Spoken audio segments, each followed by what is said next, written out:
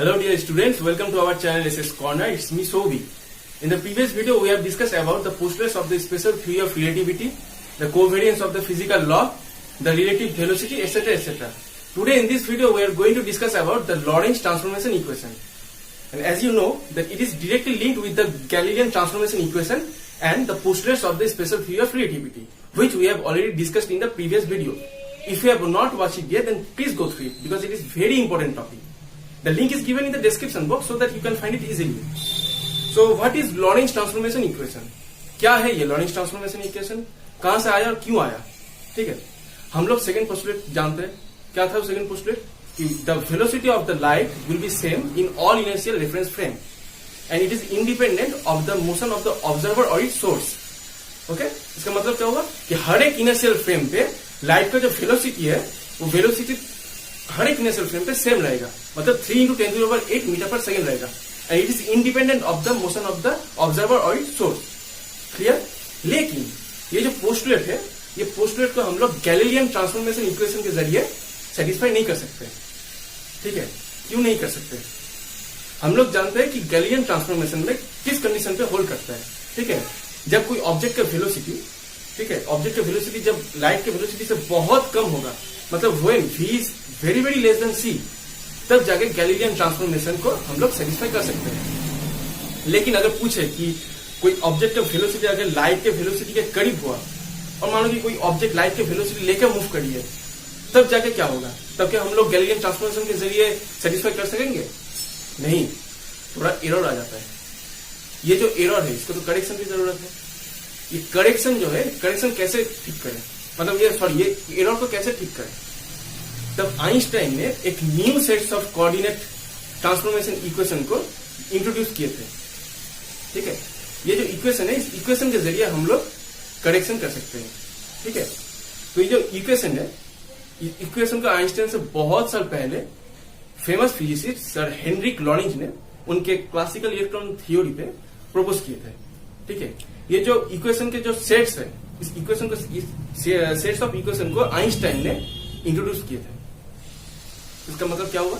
The failure of the Galilean transformation to satisfy the postulate, that means the velocity of the light, okay, the velocity of the light will be universal constant, that means 3 × 10⁸ meter per second, okay, in all inertial reference frame, which creates a little problem. But Einstein solved this problem by introducing a new set of transformation equations which relates the inertial reference frame. Okay, तो Lorentz transformation क्या हुआ? इसका definition क्या है?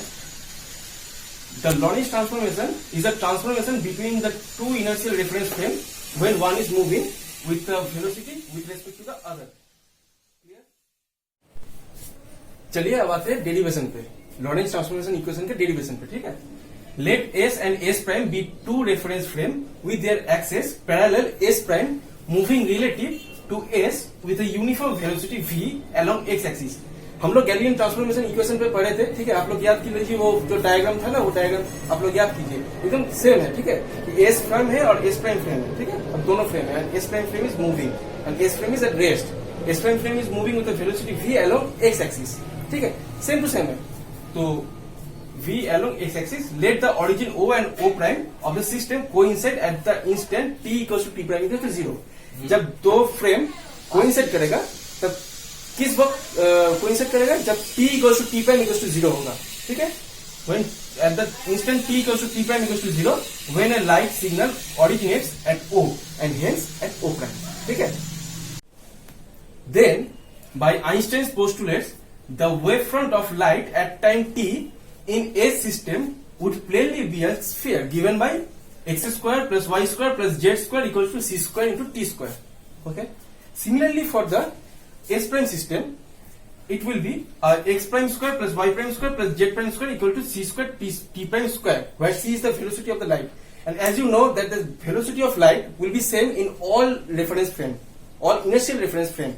So that's why यहाँ पर c prime square नहीं हुआ, c square होता है. ठीक है, अब देखो हम लोग क्या जानते हैं कि S frame is at rest and S prime frame is moving with a velocity v along x axis. That means there is no relative motion along y axis and z axis. That's why we can consider the y prime equals to y and the z prime equals to z. That means the relative motion of the frames doesn't change the transverse coordinates. So y prime equals to y and z prime equals to z. Clear? Thus, देखो हम लोग दो equation को मालूम थे क्या, x square plus y square plus z square equals to c square t square and x prime equals to x prime square plus y prime square plus z prime square equals to c square t prime square. ठीक है, इस दो equation से हम लोग क्या what we get that x square minus c square t square equal to x prime square minus c square t prime square. यहाँ पर वाई प्राइम का वैल्यू और जेड प्राइम का वैल्यू यहाँ पर पुट किया, उसके बाद ये आया. Let us take x prime equals to gamma into x minus vt and x equals to gamma prime into x prime plus vt prime.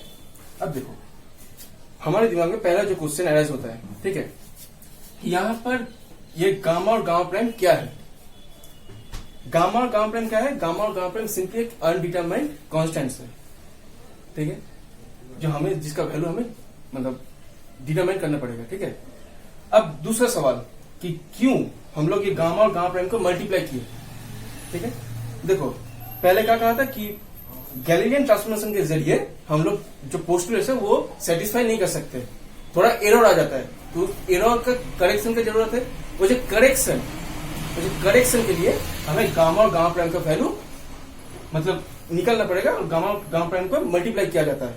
ठीक है, अब देखो तीसरा क्वेश्चन कि यहाँ पर गामा को मल्टीप्लाई किए, इसलिए गामा प्राइम को यहाँ पर डिवाइड करना चाहिए क्योंकि दो फ्रेम अलग अलग फ्रेम पे, तो अगर एक फ्रेम पे अगर मल्टीप्लाई किया तो दूसरा फ्रेम में डिवाइड करना चाहिए. लेकिन ऐसे नहीं होता है. क्यों नहीं होता है? देखो कि दो फ्रेम है, एस फ्रेम और S prime frame. S frame is at rest and S prime frame is moving with the velocity v. ठीक है, मानो कि एस फ्रेम आप हो, ठीक है, और एस प्राइम फ्रेम इज मानो कि वो ट्रेन, बस, कार कुछ भी. ठीक है, अब now S prime frame is moving, that means train is moving. आपके रेस्पेक्ट पे ट्रेन बहुत दूरी तक जा रही है, आपके रेस्पेक्ट पे ट्रेन दूरी तक जा रही है. सिमिलरली अगर एस प्राइम फ्रेम से अगर देखें तो आप ट्रेन से बहुत दूर जा रहे हो, आपके रेस्पेक्ट पे ट्रेन दूरी तक जा रही है और ट्रेन के रेस्पेक्ट पे आप भी दूर जा रहे हो. ठीक है, मतलब क्या है, आप लोग दोनों अपने रेस्पेक्ट पे, ठीक है, दोनों अपने रेस्पेक्ट पे एकदम करेक्ट हो, कोई गलत नहीं है. इसलिए कोई भी फ्रेम आप ले लो, ठीक है, आप लोग सही हो गए. इसलिए दोनों फ्रेम पे मल्टीप्लाई किया जाता है, डिवीजन नहीं. ठीक है, मतलब यहाँ पर अगर गामा से मल्टीप्लाई किया तो गामा प्राइम भी यहाँ पर मल्टीप्लाई करना चाहिए. तो वह गामा एंड गामा प्राइम मतलब टू अनडिटरमाइंड कांस्टेंट, ये हमने पहले बताया. कि अब चलिए देख लेते हैं गामा और गामा प्राइम का वैल्यू क्या होता है. अब देखो गैलीलियन ट्रांसफॉर्मेशन इक्वेशन में चार इक्वेशन था, x prime, y prime, z prime और टी प्राइम को लेकर. ठीक है, तो सिमिलरली लॉरेंस ट्रांसफॉर्मेशन में भी चार इक्वेशन होना चाहिए. ठीक है, अब ऑलरेडी हमारे पास वाई प्राइम और जेड प्राइम है. ठीक है, अब एक्स प्राइम भी यहाँ पर है. अब गामा का वैल्यू जो होगा, गामा का वैल्यू पुट करके जो टोटल जो आएगा वही होगा एक्स प्राइम का वैल्यू. ठीक है, अब हमारे पास नहीं है टी प्राइम का वैल्यू. अब ये टी प्राइम कहां से आएगा, तो टी प्राइम को डिटरमाइन करना चाहिए. तो देख लेते हैं टी प्राइम का वैल्यू क्या होता है. यहाँ पर देखो इक्वेशन 3 है, x equals to gamma prime into x prime plus v t prime. अब now from 3 what we get, x by gamma prime equals to x prime minus v t prime. ठीक है, अब वी टी प्राइम को यहाँ पर एक side ले लो, ये आएगा. अब टी प्राइम यहाँ से v को डिवाइड कर लो. ठीक है, अब यहाँ पर एक्स प्राइम का जो वैल्यू है, ये एक्स प्राइम का जो वैल्यू है ये पुट कर लो.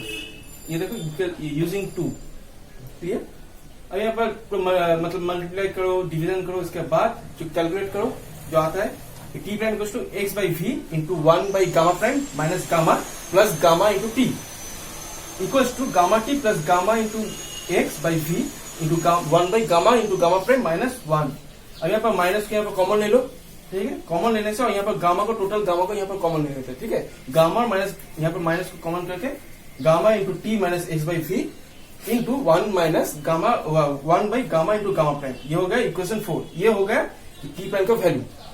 Now substituting for x prime from 2 and t prime from 4 in 1, what we get, x square minus c square t square equals to gamma square into x minus vt square minus c square gamma square into t minus x by v into 1 minus 1 by gamma into gamma prime whole square. Okay, now equating the coefficients of t square and x square from both sides, what we get, पहले t square के respect पे equate करो. ठीक है, देखो यहाँ पर T square नहीं है इसलिए यहाँ पर 0. अब यहाँ पर टी स्क्वायर है तो यहाँ पर उसके साथ क्या है माइनस सी स्क्वायर। यहाँ पर देखो टी स्क्वायर अगर हो गया तो gamma square v square, t square यहाँ पर है तो c square gamma square minus c square gamma square. Okay, equation number 5। And similarly for x square equate कर लो 1 minus gamma square minus c square into gamma square into 1 by v square into 1 minus 1 by gamma into gamma square. ये है equation number 6। ठीक है, from 5 what we gate gamma square into c square minus v square equals to c square. ठीक है, अब यहां से gamma का वैल्यू देखेंगे क्या होगा, gamma equals to c by root over of c square minus v square equals to 1 by root over of 1 minus v square by c square. ये है equation 7। From 6 what we get 1 by gamma square equals to 1 minus c square by v square into 1 minus 1 by gamma into gamma prime whole square. ये है equation 8। उसके बाद 1 minus v square by c square equals to minus c square by v square into 1 minus 1 by gamma into gamma prime whole square using 7। Equation जो 7 था use करके यह आया। इसके बाद 1 minus 1 by gamma into gamma prime equals to v square by c square. इसके बाद 1 by gamma into gamma prime equals to 1 minus v square by c square. ये किसका वैल्यू है 1 बाई गामा स्क्वायर का वैल्यू। ये equation 9। अब equation 7 को use करके gamma equals to gamma prime equals to 1 by v square into c square, v square by c square sorry equals to 1 by root over of 1 minus beta square. ये equation 10 where beta equals to v by c. इसका मतलब क्या हुआ, gamma और gamma prime का value जो है same है, क्या है 1 by root over of 1 minus v square by c square. उसके बाद रिक्वायर्ड लॉरेंस ट्रांसफॉर्मेशन क्या होता है, ट्रांसफॉर्मेशन इक्वेशन क्या होता है, x prime equals to gamma into x minus v t y gamma equals to 1 by root over of 1 minus v square by c square. Y prime equals to y, z prime equals to z, t prime equals to gamma into t minus x v by c square. Okay, ये from 4 and equation 9। अब देख लो from 4 and using equation 9 T prime का value gamma into t minus t prime minus x v by c square. Clear. अब ये था Lorentz transformation equation.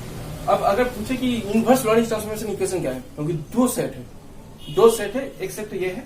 अब inverse का क्या होगा, इनवर्स इक्वेशन क्या होगा, सिंपली जस्ट प्राइम को अनप्राइम से चेंज कर लो और वी को माइनस वी से रिप्लेस कर लो। क्यों रिप्लेस करेंगे, क्योंकि पहले केस में हम लोग देखे थे कि S prime frame is moving with the velocity v along positive x direction and for the negative x direction v will be minus v, that's why we use minus v। Clear, ये हो गया, ये दो equation हो गए। Gamma equals to 1 by root over 1 minus gamma v square by gamma square c square. ठीक है, अब देखो ये जो गामा है, इस गामा को हम लोग लॉरेंस फैक्टर से जानते हैं। ठीक है, अब ये गामा हम लोग क्या कहा था कि करेक्शन के लिए गामा को मल्टीप्लाई किए थे, इसलिए गामा को करेक्शन फैक्टर भी कहा जाता है। ठीक है, अब देखो हम लोग क्या जानते हैं कि ये जो इक्वेशन था, मतलब x prime equals to gamma into x minus v t and x equals to gamma prime into x prime plus v t prime, ये जो इक्वेशन था, इस इक्वेशन का अगर गैलीलियन पे अगर कन्वर्ट करें, ठीक है, तो गैलीलियन पे कन्वर्ट करने के लिए क्या करना चाहिए, जब गामा का वैल्यू 1 होगा तब ये गैलीलियन पे कन्वर्ट होगा। क्लियर। अब गामा का वैल्यू 1 कब होगा, किस कंडीशन में गामा का वैल्यू 1 होगा, ध्यान से समझिए। गामा का वैल्यू 1 तब होगा जब ऑब्जेक्ट का जो वेलोसिटी है वो वेलोसिटी ऑफ सी से बहुत बहुत कम होगा। ठीक है, वेलोसिटी ऑफ लाइट का जो है उससे बहुत कम होगा। इसका मतलब when v is very very less than c then gamma equals to 1। कैसे, चेक कर लीजिए। ठीक है, चेक कर लेते हैं।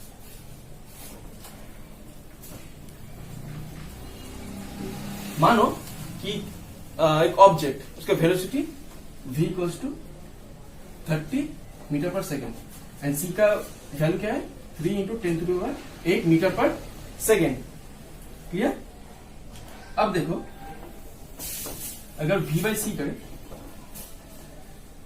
30 by 3 into 10⁸ equals to 10⁻⁻7। Clear.